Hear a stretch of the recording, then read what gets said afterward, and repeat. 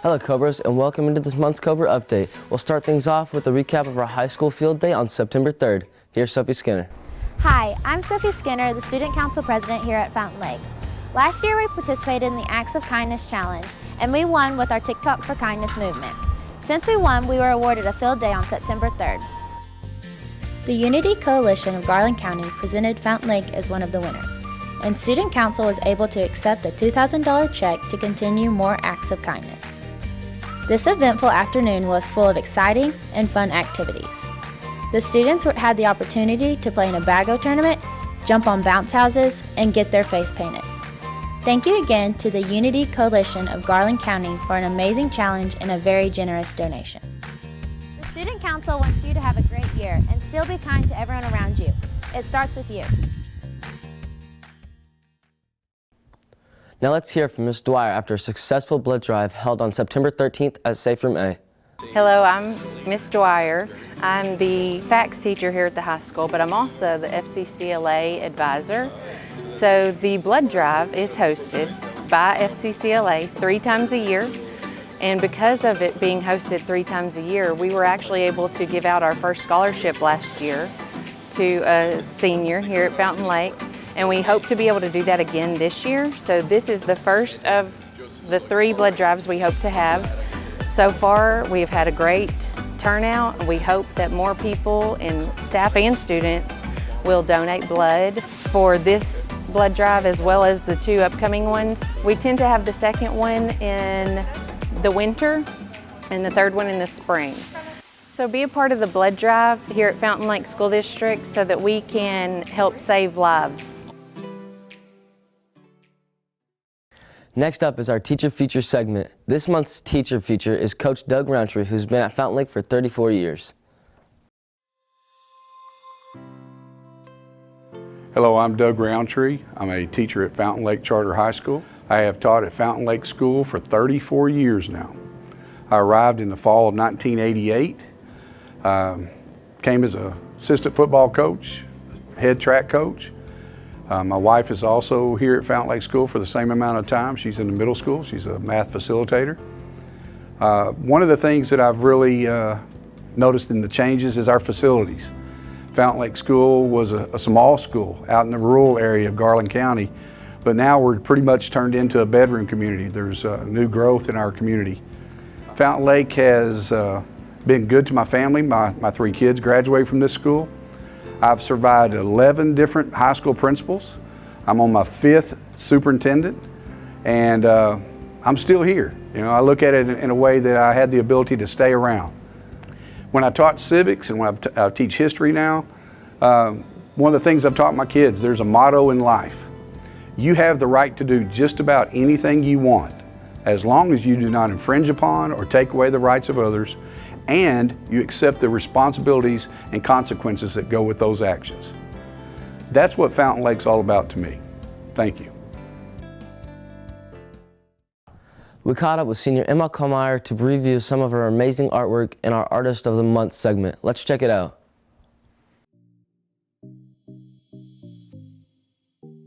Hi, I'm Emma Kohlmeyer, and I'm a senior in Miss Williams' AP Art class, and I'm also her intern, and this is my experience being in art. Within the AP Art class, we learn to feature our artworks in local galleries. Right now, I have 3 featured artworks in the Artist Workshop Gallery downtown, and it'll be there in September and October. So art is a way for me to relax because I tend to stress a lot, and getting to sit down at the end of the day and just draw and paint means everything to me, and because it means so much to me, I get to spend 5 periods a day with the wonderful teacher, Miss Williams. Hi, my name is Miss Williams. I'm the high school art teacher here at Fountain Lake. This year I have Emma as my high school intern. She's interning to be an art teacher. This is my 3rd year teaching Emma, and she is just a blessing. That is, needless to say, the best word to describe her. She's great in the classroom. She's great outside of the classroom. She has been great. We're only the 5th week into school, and she has really, stepped in and helped these Art 1 students learn things, and has really been my second hand, and I greatly appreciate her. I can't wait to see what she's going to do in AP this year. It's her first year in AP. As a senior, she's a leader, and I love her to death. Thanks for getting to know me better. We're looking forward to a great year ahead. Go Cobras! The Doctor's Report. Hi, my name is Angela Coriati, and welcome to this year's first edition of the Doctor's Report with Dr. Murphy. Thank you so much for joining us here today. To get us started, I just wanted to first ask some questions about the mask mandate.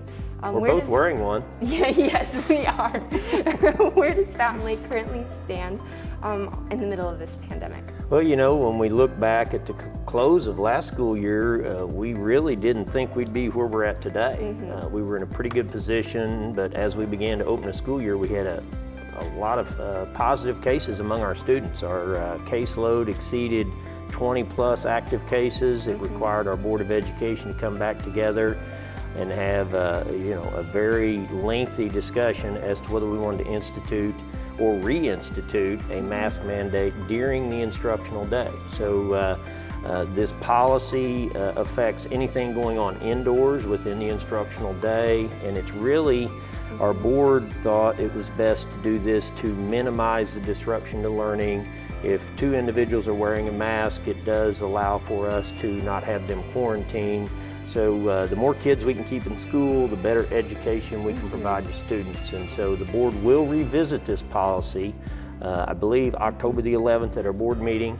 The good news, our case numbers are down.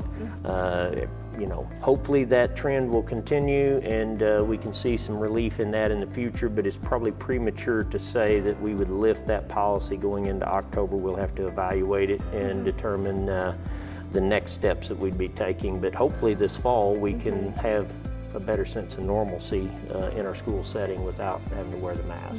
Yes, hopefully. Yes. And there has been a lot of construction going on campus and off of campus. So I was just wondering, what are the changes that we're looking at seeing? Well, indoors you see the environment in which we're in. It's been updated here in the media center. On the exterior of the campus, we had other related projects on the interior of each of the buildings to get ready for the upcoming school year.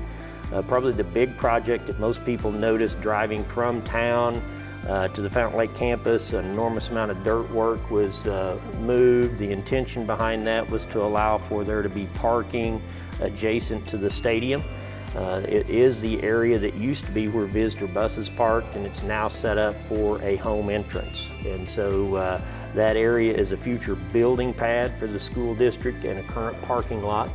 On the lower level, we do have a student parking lot that extends out past the ag building. And so that is a space that once the new road construction is completed, we do plan on paving that lot. We have some numbers as to what it would take to pave it, but until the road construction is completed, we're not planning to pave that lot. What else did you ask about? Road construction? Yes, yes. Have you experienced the new three-way stop? Yes, I have. Makes it a little more difficult to show up to school on time, but it's manageable. Yes. I think everyone's had to get an earlier start when it comes to trying to get to school. It has slowed traffic there, but I think everyone can now begin to see the evolving construction of the roundabout. Yes.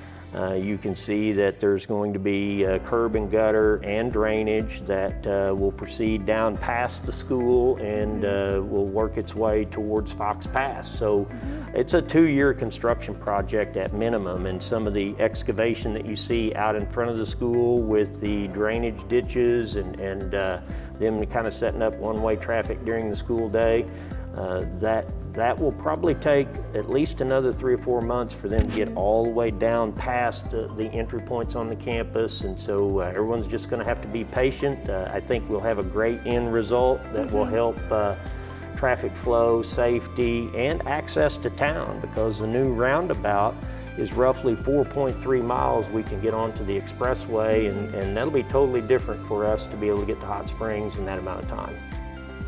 All right, thank you so much, Dr. Murphy, for your time. Again, this was the first edition of the Doctor's Report with Dr. Murphy. Hey, thank you for having me, and it's a great day to be a Cobra. Yes, go Cobras. Be sure to follow along on all of our social channels to stay up to date with the latest Cobra news. Thanks for tuning in to this month's edition of the Cobra Update.